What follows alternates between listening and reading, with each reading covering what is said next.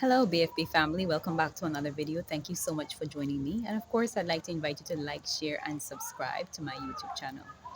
This week, Jamaica was faced with a Tropical Storm Raphael, that was projected to potentially become a hurricane.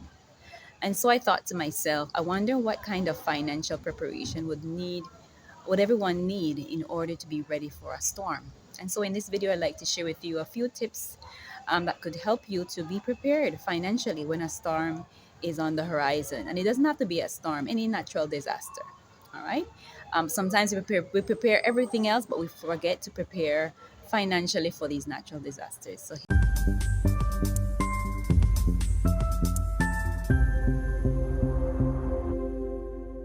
here is tip number one. All right, tip number one says build an emergency fund. If you don't have emergency fund or savings as a part of your budget, um, then that would be a challenge. If you do, then you already have monies that you've been stashing aside for emergencies like these. These are emergencies. These aren't things that are planned, natural disasters, that is. And so, looking at it as an emergency, it's you have monies put aside that you can go to the bank to take out a couple dollars and to have it set aside to get you ready for a natural disaster. The next tip is as you are putting aside your emergency kit, stuff like your food items, medical items, think about putting aside some monies.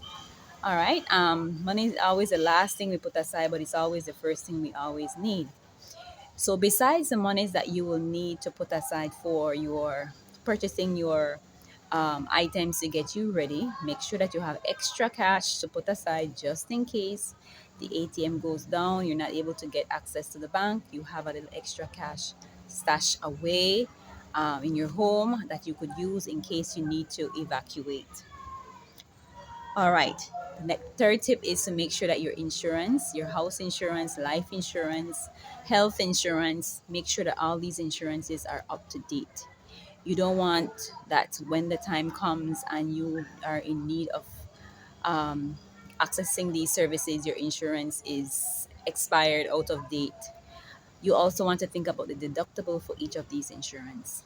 Make sure that you have that put aside in the bank just in case if you need to claim, you have your deductible to pay up front because you know how it goes. You have to have that deductible to pay before you get any services. So think about your insurance, make sure they're all up to date. Um, as an oncoming the natural disaster is upon you, then you know you don't have to be worrying about getting access to your insurance if there's any damages or you need any medical assistance. All right, you want to make sure that you're protecting your legal documents.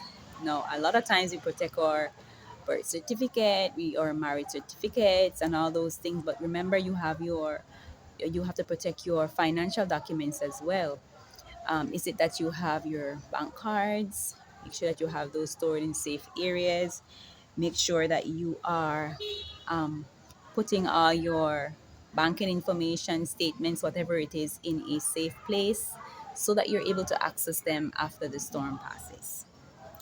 And finally, keep in mind that during a storm or a natural disaster, there's always a lot of people around who wants to get in contact with your money, right? So be aware of fraud, scammers that may be calling you saying that they're calling you from an insurance office and they need your number, this and that. Do not release your number to anyone.